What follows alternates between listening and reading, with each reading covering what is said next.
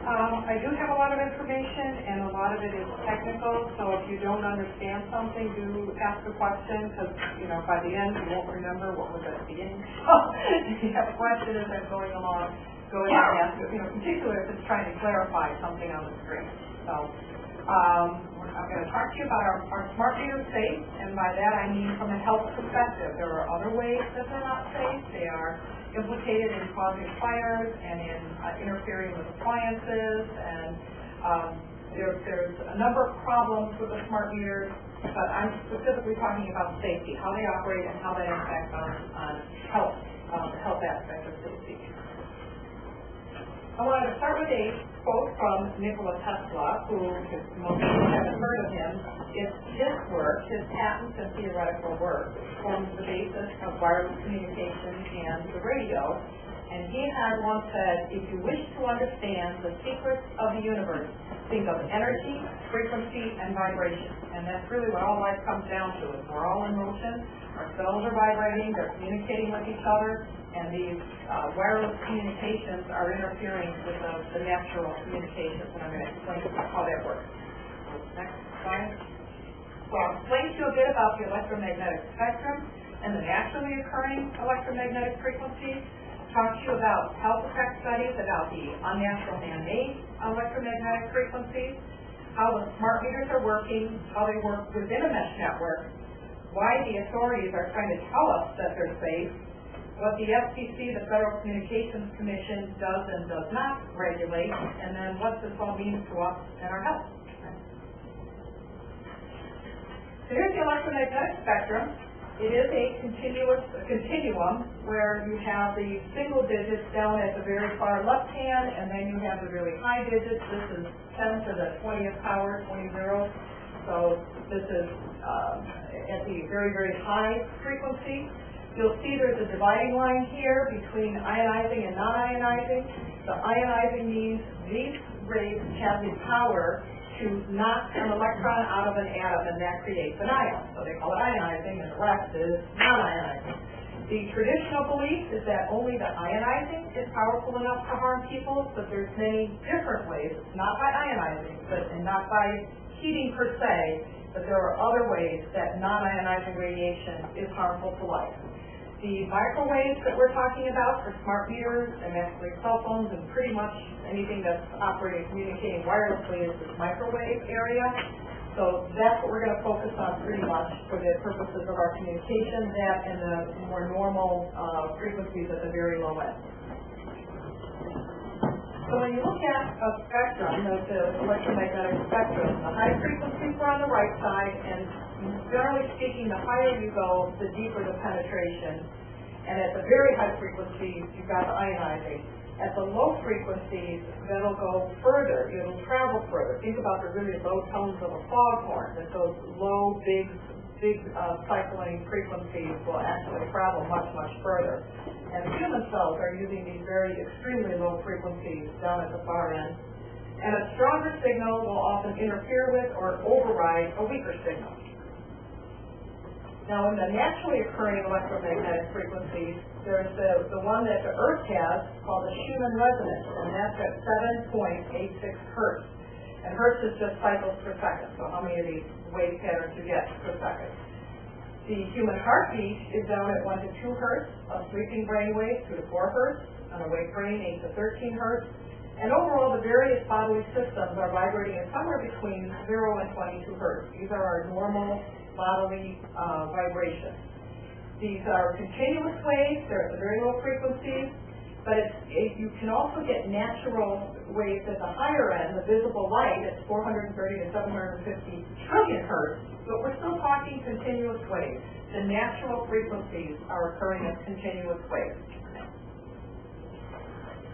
So when these smart meters go in, and they've been going in all over the world, it's not just across the U.S., you will find there's some people who get almost immediately sick. And these are the types of problems that they have. There's going to be a whole host of different things, from sleep disruption to nausea to appetite loss to heart racing. It's a whole bunch of different symptoms, and each person's cluster of symptoms will be a little bit different one from another, but these are all related to changes in the electrical activity of the brain, so we have an electrical system. So what happens when we put in these pulse signals?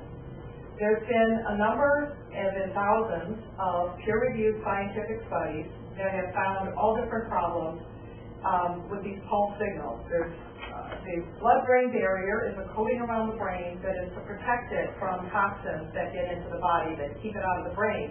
But that protective barrier actually starts to leak. It becomes permeable. Things can get in and fluids leak out. And that happens with relatively low amounts of exposure to pulse microwaves. If the pulses affect neurotransmitters, your whole nervous system is communicating as an electrical system, and it's getting interfered with these pulses. Affects the testosterone hormone levels. It decreases sperm production in men. It affects the natural rhythms of the brain. It affects the heart rhythm. A lot of people get heart arrhythmias or heart racing when they get around these pulse microwaves. It changes your EEG, and it disrupts your sleep. So you end up with a reduction in learning and memory problems. And it lowers hormones, most specifically melatonin. It's disrupting sleep. Your melatonin is mainly produced at night when you're sleeping, so if you're not sleeping, you're not producing melatonin, and then that's affecting a cascade of other problems, or cascading into other problems as well. Next. So you'll find that with the melatonin production down, the melatonin would normally protect the brain from some damage, but all of this is suppressed. Your immune system is suppressed because melatonin normally boosts the immune system. And as we said before, you end up with problems with learning, memory, and movement. The cell flow movement is damaged. And all of these types of problems, these neuron problems, contribute to Alzheimer's and Parkinson's. They have seen a big increase in Alzheimer's and Parkinson's. Electromagnetic society, and not that they are the sole cause of these diseases, but they are definitely a contributing factor. Next.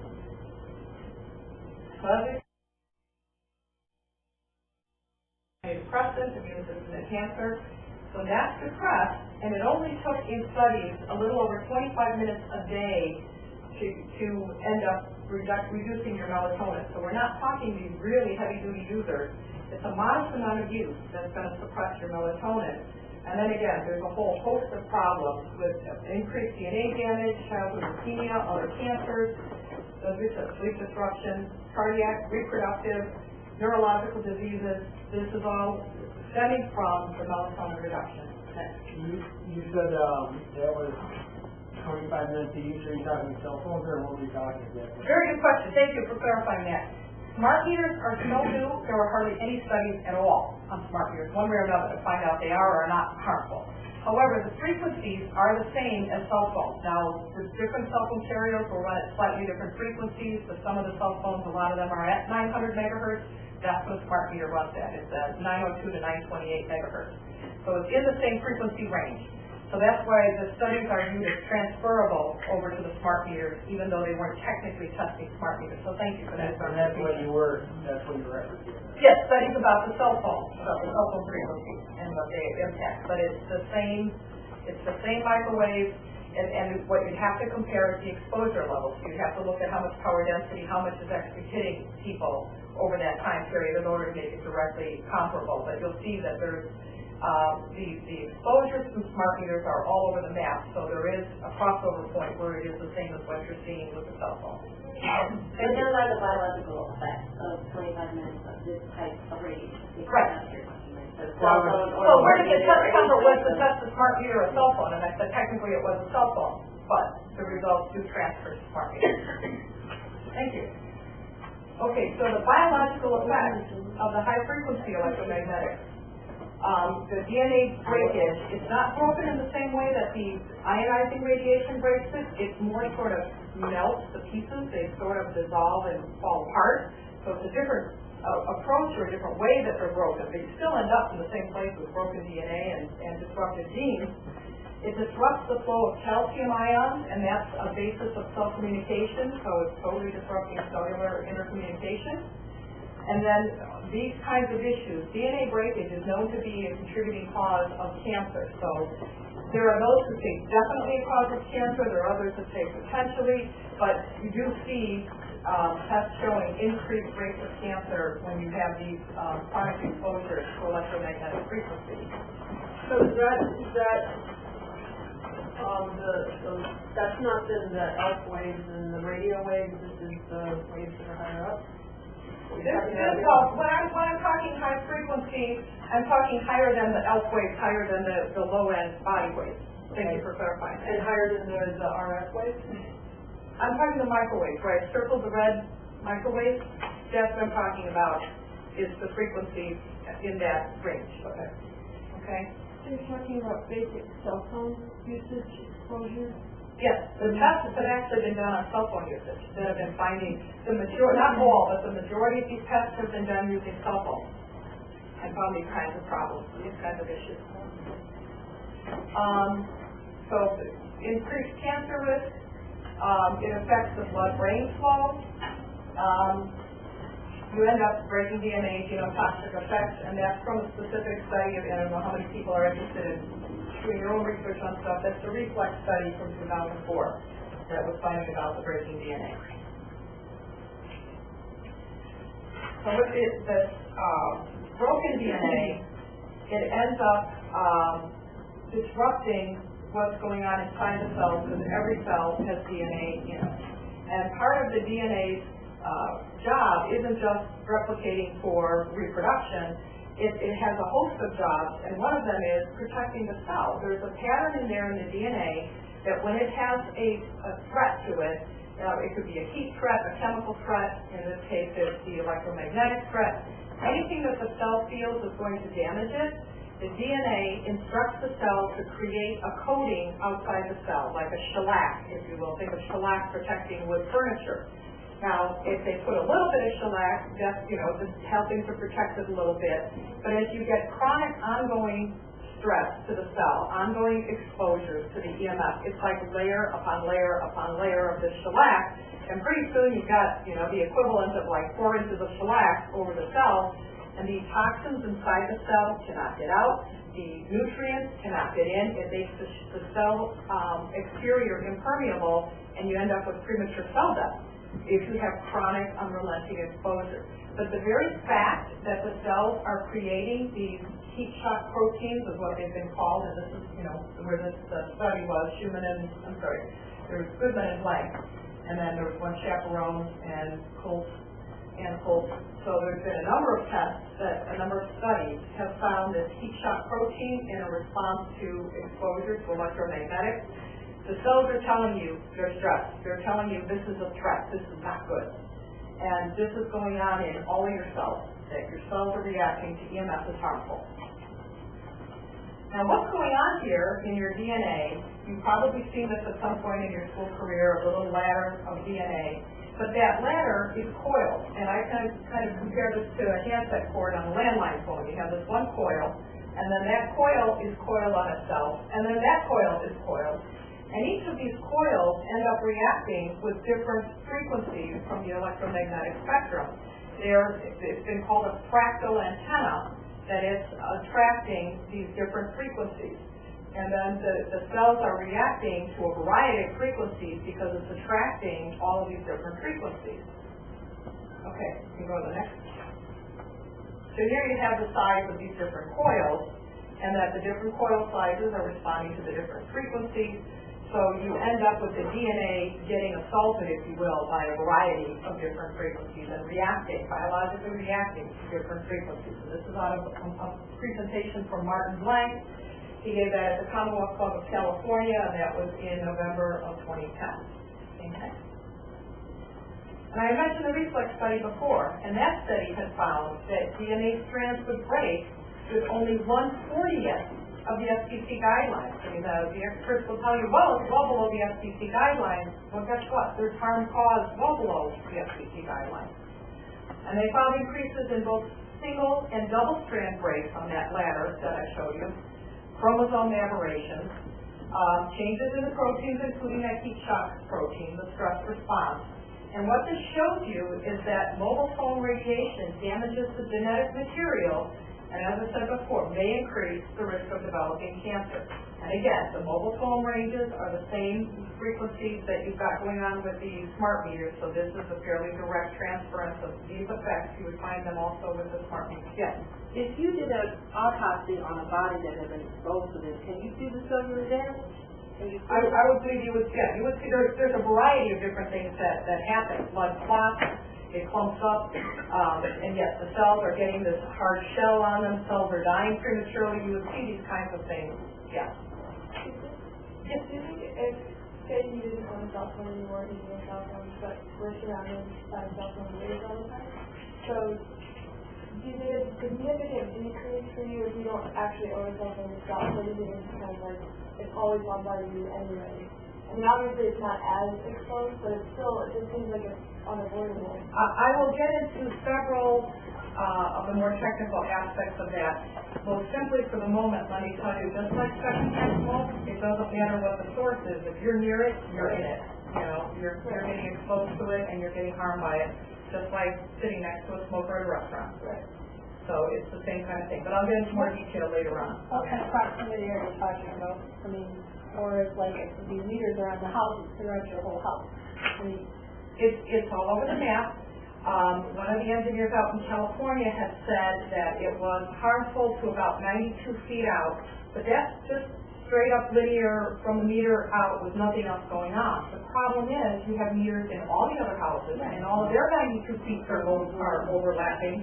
You have people wandering through the neighborhood with cell phones. You've got cell towers somewhere in the neighborhood. You've got Wi-Fi in who knows how many houses. You've got all of these sources going on at once. So it's not like your meter is the only thing affecting you in that 92 feet. And I will, get on into more detail again about how these different things interact. So, talking about the DNA damage, as we know, we're concerned about fertility, but it's not just the fertility of the sperm and the male fertility.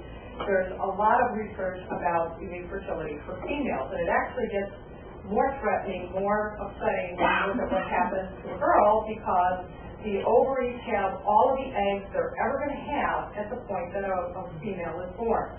So if there's damage to those eggs, there aren't going to be any more eggs. They're not making more eggs the way a man is making more sperm. So if that DNA is damaged, it's damaged, period. That's it. So the woman could either be sterile or be passing on this deformed DNA to all of her offspring forevermore. Once it's damaged, that's it. This is from Barry Trower, a British scientist. He was a foremost naval weapons expert, and his specialty was microwave stealth warfare. By that they mean non-lethal warfare, ways to subdue the enemy, overcome the enemy without outright killing them. So this stuff we've got in all of our lovely wireless devices is actually weaponry. It is something that harms people and that our government and other governments use to harm their enemies. But that's how we're communicating. Doesn't make a lot of sense. So what Barry Trower had found, and he came out of retirement. He had actually retired, and then when he found out about how much microwaves were being used as communication, and especially around children, he's very concerned about this impact to young girls and children in general. He's devoted his time to speaking out against it. So you can find a lot on the internet and in YouTube. You can find videos of Barry Trower. That's where you see more of it, is in videos. So he has said that these low-level microwaves can damage the ovaries. That girl could have a genetically deformed child, and then those genetic deficiencies are passed on and on and on. So by using this microwave communication, we are risking future generations of our children and grandchildren and so on with genetic disorders. Okay. One of the other issues about children being exposed to microwaves is that children's bodies attract and react to microwaves a lot more than adults' bodies. Children's bodies have more water in them, and water attracts the microwave. Children's bodies are smaller, so that this is showing a child's brain. Again, this is a cell phone, and that the cell phone studies they're the same frequency, so they transfer over to smart meters. Not that you're slapping a smart meter up the side of your head, but the issue of how deeply does it affect an adult versus how deeply it affects a child is still valid. So here is a cell phone, and how the radiation penetrates the brain of an adult.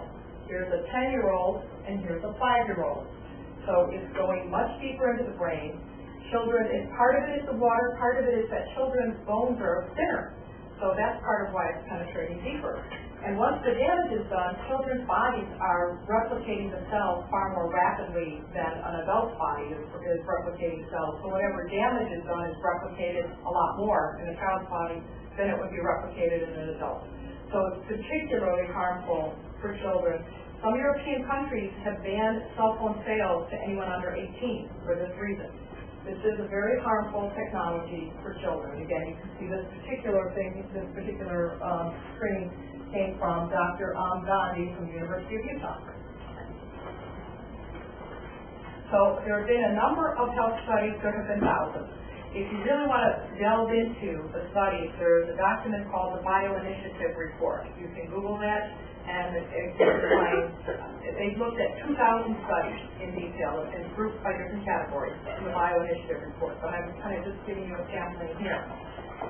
The World Health Organization, the International Agency for Research on Cancer, IARC, had come out in May of 2011 saying that based on the results from the interphone study, to an extent the reflex study, but heavily on the interphone study, that microwave communication, the kind you find in cell phones, which is the kind you find in smart meters, was a possible carcinogen. And they specifically said, just because we found it in cell phones, it doesn't mean it's just cell phones. It's the technology that is a potential carcinogen. Dr. Magda Havas had done an experiment with cordless phones, which, yes, that's still wireless microwave technology. That's at 2.4 gigahertz instead of the 900 megahertz. That frequency, 2.4 gigahertz, is the same as what you will find in a smart meter network. This is a home area network, CON. That's a radio that they put in the smart meter, a Zigbee radio, and that's intended to communicate with your appliances, with your thermostat, with your washing machine, your dishwasher, to be able to turn that off during peak periods. But you've got the communication, just like a cell phone and a cell tower, even when they're not actively doing something, they're still staying in touch. Are you there? Hello, can I hear you? Can you hear me? So you've got this constant communication with a home area network. So cordless phones have the same frequency as a home area network and a Wi-Fi, and she has found that it affects the heart rate. It will make heart rate or go irregularly at 0.5% of the FCC guidelines. So the FCC guidelines are not doing a good job of protecting people. The reflex study found 2 hours of 60 hertz exposure breaks DNA. And it'll mutate the DNA, which can lead to cancer, and again, children's cells are multiplying faster, so you're duplicating mutations. The blood-brain barrier leaks after 2 hours of GSM exposure. Now, I want to comment here, this is pulse. There are different kinds of cell phone signals. GSM, I think, is Global System for Mobile Communications. I think that's what it stands for. It originated in Europe. It came over here as TDMA, but you find that AT&T and T-Mobile have the GSM-type pulse signal, whereas Sprint and Verizon have CDMA, coded into multiple access, which is a more continuous wave signal. And the pulse signal is much worse. So it's a pulse signal that after 2 hours was making the blood-brain barrier weak. I'm sorry, so what again? Say the cell phone company. Okay, so AT&T and T-Mobile use a pulse signal. Verizon and Sprint use a continuous wave signal, or much more continuous wave than what you will find with AT&T. They use CDMA as the technology. Why would you continuously wave? Because your body can react to it, an on-off. It's like it's turned off and your body thinks, okay, I'm done. I mean, think about having a shield up, and it's like somebody shooting at you, and okay, you put it up, okay, it's done. Hold it! So you've got this kind of an interaction going on where your cells are so stressed because they never know when they're done. You know, it keeps coming out. Whereas a continuous wave, they can sort of adapt. Your body does a better job of adapting to a continuous wave. So, okay, the pulse signal, we said, causes the stress protein, the heat shock protein. Dr. Carlo had done a study for Motorola. When it first started to come out in the press that there might be problems with cell phones, Motorola asked Dr. Carlo to do some studies and to prove once and for all that it was safe. Well, guess what? He found the opposite. He studied it and found it was not safe. He found that this 2.4 gigahertz affects cognitive ability and memory. So, of course, they ushered him out the door. They didn't want him to finish his study. They didn't want him to do anything. So he's been discredited in the press because he said what they didn't want to hear, basically. Now, part of what makes all of this so complicated to manage, whether it's for the government to set standards, for companies to create products, is that this isn't a linear harm where some is bad, more is worse. Or if you get a little bit of a harm and you go lower, it's less harm. It doesn't work that way. What's going on, back to that DNA coils, that different coils are reacting to different frequencies, and different parts of the body are running at different frequencies. Remember I was saying there's like somewhere between 0 and 22 hertz in there. You find windows of effect. You'll find a certain low frequency that's causing a problem for part of the body. You go up a little bit and the problem stops. You don't see the negative effect anymore. You go a little bit higher and you find a problem with another part of the body. You go up a little bit higher in frequency and the problem stops. You have these little windows where they found in studies that there are problems. It's not linear, and that makes it very, very complicated to manage. So with all these studies, with BioInitiative having 2,000 studies, and all the studies that I was naming here, why is wireless still out there? Why is there no action? Why are they rolling out smart meters? Well, with thousands of studies on radio frequency radiation, the industry says no effect has been found. And actually, every assertion of risk that any studies have found, the industry will come back with some counter assertion of, well, we tested that and we didn't find risk for that. And for every study showing damage to DNA or to memory, there's an opposite study. Well, Dr. Henry Lai, who's done a lot of the studies finding harmful effects, said, realistically, if people are really studying this stuff diligently, how could 50% of all the studies be wrong? How could 50% be absolute? You might get a mistake here or there or something, or somebody flopping, but how can it really be 50%? So he did something interesting. He looked at 326 studies that were roughly split 50-50 between which found effects, biological effects from EMF and which did not. But then he put them in different stacks. He put them in a stack of industry funding and private funding. And guess what he found? 70% of the privately funded studies found there were harmful effects. There were bio effects. 30% of the industry-funded studies found that. So you're getting an influence by the funder. The funder is buying their answer. They want the answer, the coast is clear, everything's fine. So they will structure studies in such a way that they minimize the chance that there will be any kind of a problem. Or if they're trying to refute one of the studies that's already been done and found a problem, they'll change one or two of the parameters just enough that they know they'll get a different effect. But to a casual reader of the study, it looks like the same study, but a different effect. But it's not really. There's enough of a difference that they get a different effect. Yes? I just want to play devil's advocate a little bit. The privately funded studies that show that there is an effect.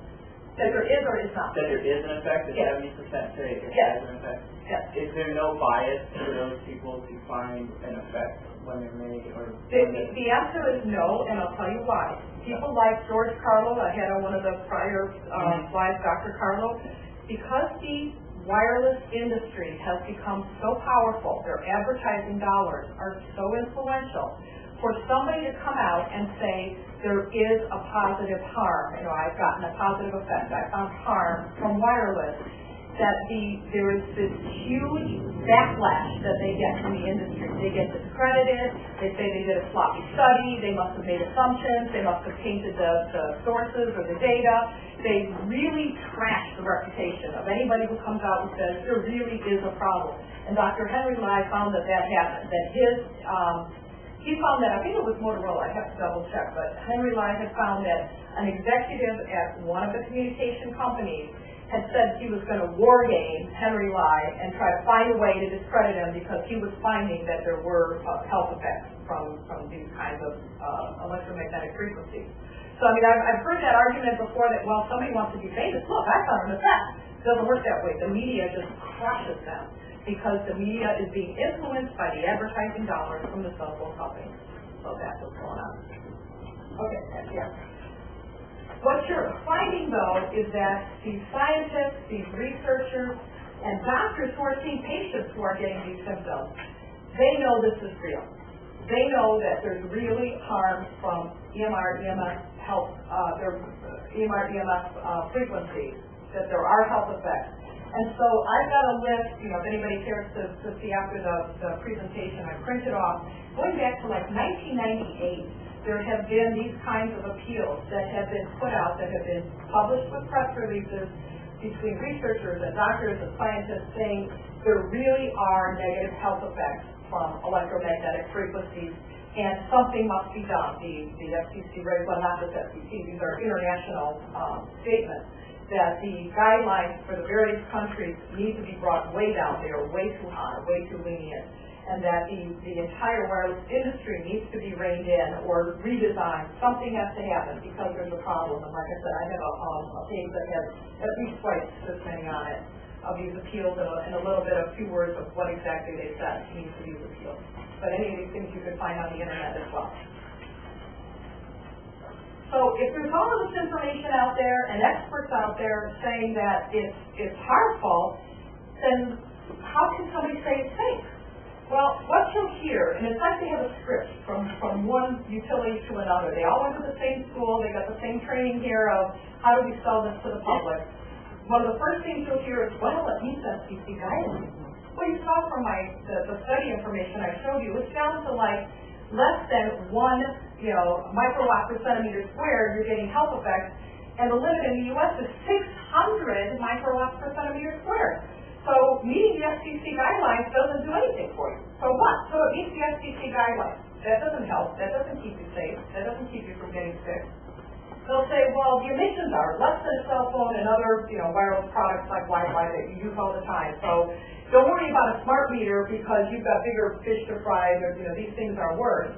But they used to do this because they thought cell phones were so safe. And then the World Health Organization came out last year and said, nope, it's a possible carcinogen.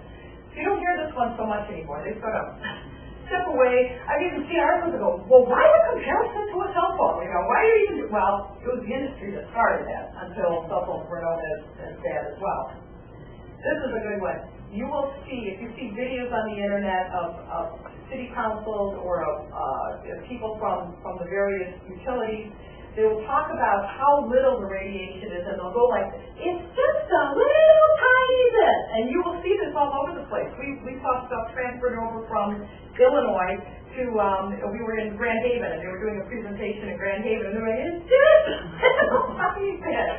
So they've got the script that they're following. And they'll say, well, it's only transmitting 1 to 2% of the time or less. And that transmit time is known as duty cycle. But so they'll say, it's only, it's minutes a day or even seconds a day. What's the big deal? Well, let's keep going and talk about what's the big deal. What happens with microwave radiation is this intensity of the emission, and they call that power density, drops off sharply with distance. That's just a mathematical fact of physics. They have an equation that captures that relationship. For every increase in distance, like if you double the distance, the power level drops by the inverse square. So if you double the distance, the power level is 1/4.